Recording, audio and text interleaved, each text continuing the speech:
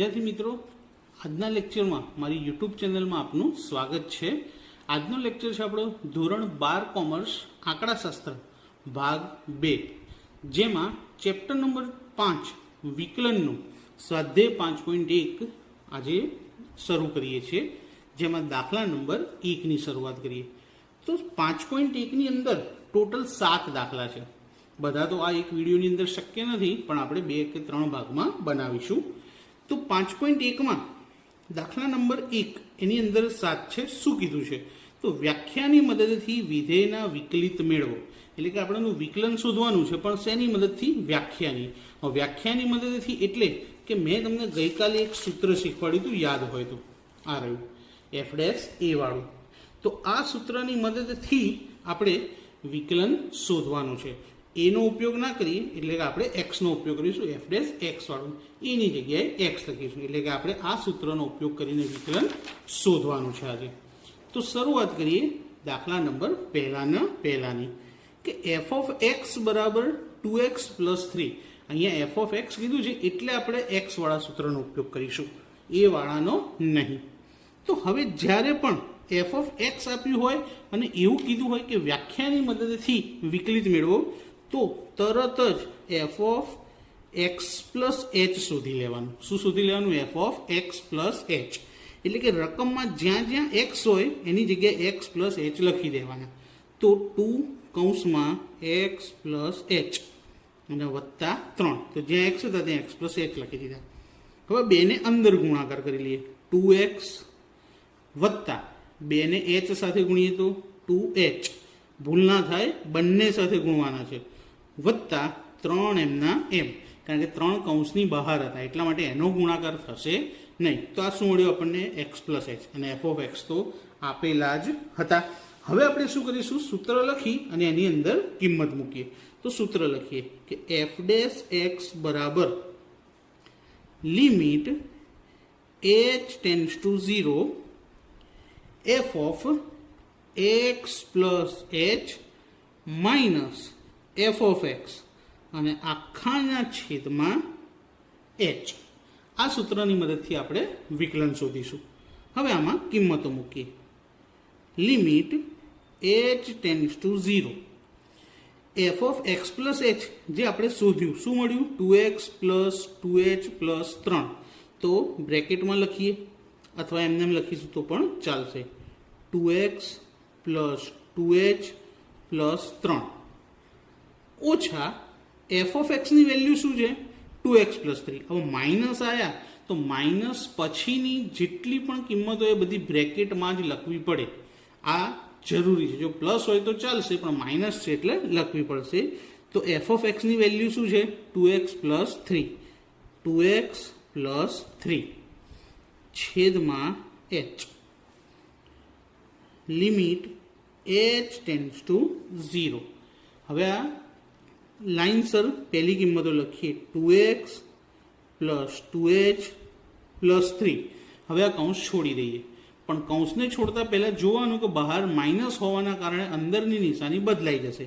તો minus 2x અને પ્લસનું શું થઈ જશે? માઇનસ 3 છેદમાં જેમ h હતા એમના એમ. ફરીથી લિમિટ h ટેન્ડ્સ ટુ 0. હવે ગણતરી જોઈએ. આ 2x પ્લસ છે, આ 2x માઇનસ, તો ઉડી જશે. પ્લસ 3 અને માઇનસ 3 પણ ઉડી ગયા. વધ્યું શું ઉપર? એકલા 2h છેદમાં h.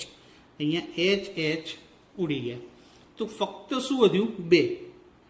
Limit h tends to 0 2. હવે 2 અચળ સંખ્યા છે એટલે એનું કશું થાય નહીં. તો આપણો આન્સર શું આવ્યો? 2. જો 2 ની જોડે h હોય તો એની જગ્યાએ 0 મૂકતા, પણ છે જ નહીં એટલે 2 ના 2. તો f of x નું વિકલન આપણને શું મળ્યું? તો અહીંયા લખીએ કે f of x બરાબર 2x પ્લસ, તો f' x બરાબર 2. એટલે કે 2x plus 3 નું વિકલન શું થયું? 2 થયું. હવે બીજો દાખલો જોઈએ. તો બીજો દાખલો છે કે f of x બરાબર x ની 2 ઘાત. હવે જે પ્રમાણે પહેલો ગણ્યો એ જ રીતે જ્યાં એક્સ હોય ત્યાં શું મૂકવાનું? X plus H.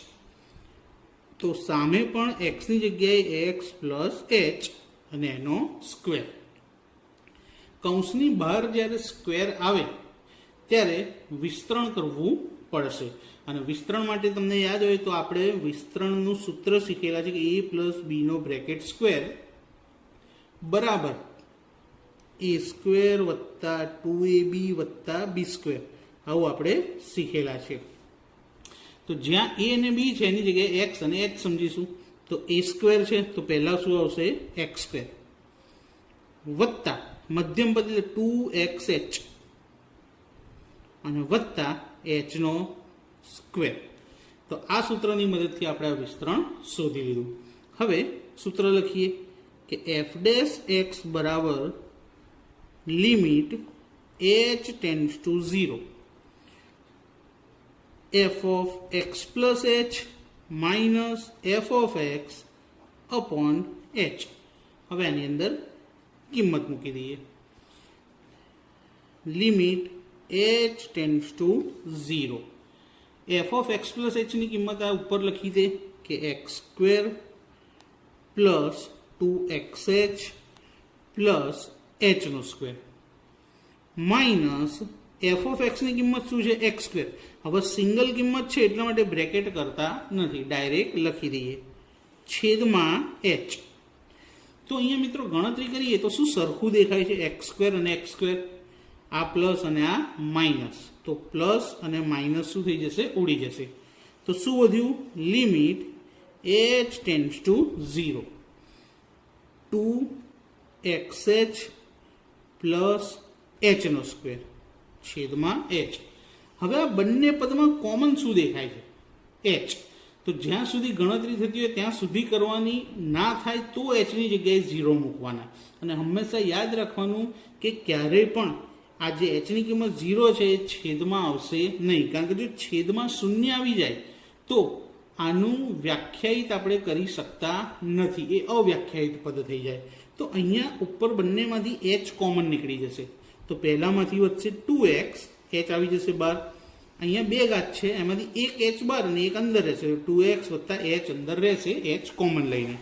તો અહીંયા લખીએ કે limit h tends to 0, h common લઈએ 2x પ્લસ h અને છેદમાં તો જેમ h હતા એમના એમ. તો h ઉડી ગયા.